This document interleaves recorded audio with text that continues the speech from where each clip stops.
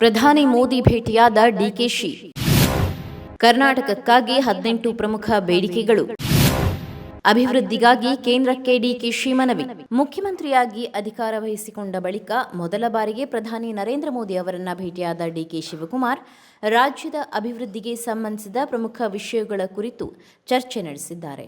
ನೀತಿ ಆಯೋಗದ ಸಭೆ ಬಳಿಕ ಪ್ರಧಾನಿ ಕಚೇರಿಯಲ್ಲಿ ಮೋದಿ ಅವರನ್ನ ಭೇಟಿ ಮಾಡಿದ ಡಿಕೆಶಿ ಬಸವಣ್ಣನ ಪ್ರತಿಮೆಯನ್ನ ನೀಡಿ ಸನ್ಮಾನಿಸಿದರು.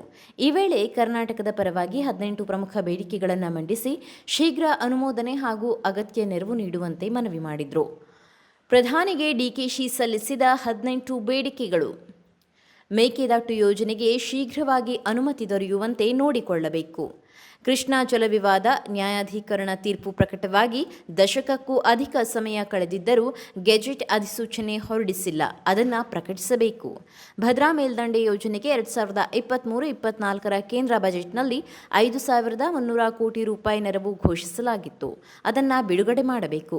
ಕಳಸಾ ಮತ್ತು ಬಂಡೂರಿ ಯೋಜನೆಗೆ ಅರಣ್ಯ ವನ್ಯಜೀವಿ ಮಂಜೂರಾತಿಯನ್ನ ಕೊಡಬೇಕು.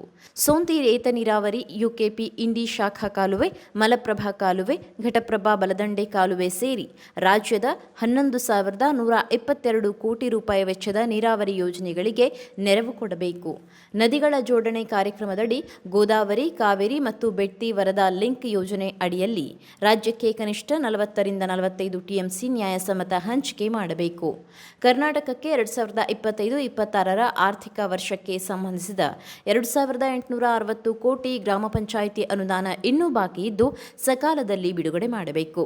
ರಾಷ್ಟ್ರೀಯ ಆರ್ಥಿಕತೆಗೆ ಬೆಂಗಳೂರಿನ ಕೊಡುಗೆಗಳನ್ನು ಪರಿಗಣಿಸಿ ಮೂಲ ಸೌಕರ್ಯವನ್ನು ಬಲಪಡಿಸಲು 26,000 ಕೋಟಿಗಳ ನೆರವು ನೀಡಬೇಕು. Bengaluru satellite town ring road ಯೋಜನೆಗೆ ಅನುಮೋದನೆ ನೀಡಬೇಕು. ಬೆಂಗಳೂರು ಉಪನಗರ ರೈಲು ಯೋಜನೆ ಹಾಗೂ ಬೆಂಗಳೂರು ಮುಂಬೈ ಹೈಸ್ಪೀಡ್ ರೈಲು ಕಾರಿಡಾರ್ ಯೋಜನೆಯನ್ನ ಬೇಗ ಜಾರಿಗೆ ತರಬೇಕು. ಬೆಂಗಳೂರಿನಲ್ಲಿ 37 ಕಿಲೋಮೀಟರ್ ಉದ್ದದ ಡಬಲ್ ಡೆಕ್ಕರ್ ಮೆಟ್ರೋ ಮಾರ್ಗದ ಪರಿಷ್ಕೃತ ಯೋಜನೆಗೆ ಅನುಮೋದನೆ ನೀಡಬೇಕು. ಬೆಂಗಳೂರು ಮೆಟ್ರೋದ 72 ಕಿಲೋಮೀಟರ್ ಉದ್ದದ ಹಂತ 2 ಪರಿಷ್ಕೃತ ವೆಚ್ಚಕ್ಕೆ ಒಪ್ಪಿಗೆ ಕೊಡಬೇಕು. ಸರ್ಜಾಪುರದಿಂದ ಹೆಬ್ಬಾಳದವರೆಗಿನ ಸುರಂಗ ಮಾರ್ಗದ ರಸ್ತೆಯ ಪರಿಷ್ಕೃತ ಡಿಪಿಆರ್ಗೆ ಅನುಮೋದನೆ ಕೊಡಬೇಕು. ಬೆಂಗಳೂರಿನಿಂದ ಮೈಸೂರು, ಕನಕಪುರ, ತುಮಕೂರು, ಚಿಕ್ಕಬಳ್ಳಾಪುರ ಮತ್ತು ಕೋಲಾರಕ್ಕೆ ಪ್ರಾದೇಶಿಕ ಕ್ಷಿಪ್ರ ರೈಲು ಸಾರಿಗೆ ವ್ಯವಸ್ಥೆ ಅನುಷ್ಠಾನಗೊಳಿಸಲು ಅನುಮೋದನೆ ಕೊಡಬೇಕು. ಬಾಕಿ ಉಳಿದಿರುವ ರಾಷ್ಟ್ರೀಯ ಹೆದ್ದಾರಿ ಯೋಜನೆಗಳ ಮಂಜೂರಾತಿ ಮತ್ತು ಅನುಷ್ಠಾನಕ್ಕೆ ಕೇಂದ್ರವು ತುರ್ತಾಗಿ ಮಧ್ಯಸ್ಥಿಕೆ ವಹಿಸಬೇಕು. ಶರಾವತಿ ಪಂಪ್ ಸ್ಟೋರೇಜ್ ಯೋಜನೆಗೆ ಅಗತ್ಯವಿರುವ ಅರಣ್ಯ, ಪರಿಸರ ಮತ್ತು ವನ್ಯಜೀವಿ ಅನುಮತಿಗಳನ್ನು ತ್ವರಿತಗೊಳಿಸಬೇಕು. ಕಲ್ಯಾಣ ಕರ್ನಾಟಕ ಪ್ರದೇಶದ ಅಭಿವೃದ್ಧಿಗಾಗಿ ವಾರ್ಷಿಕವಾಗಿ 25,000 ಕೋಟಿಗಳ ಪ್ರತ್ಯೇಕ ಆರ್ಥಿಕ ನೆರವನ್ನು ನೀಡಬೇಕು. ರಾಯಚೂರಿನಲ್ಲಿ ಏಮ್ಸ್ ಸ್ಥಾಪನೆಗೆ ಶೀಘ್ರವಾಗಿ ಅನುಮೋದನೆ ನೀಡಬೇಕು.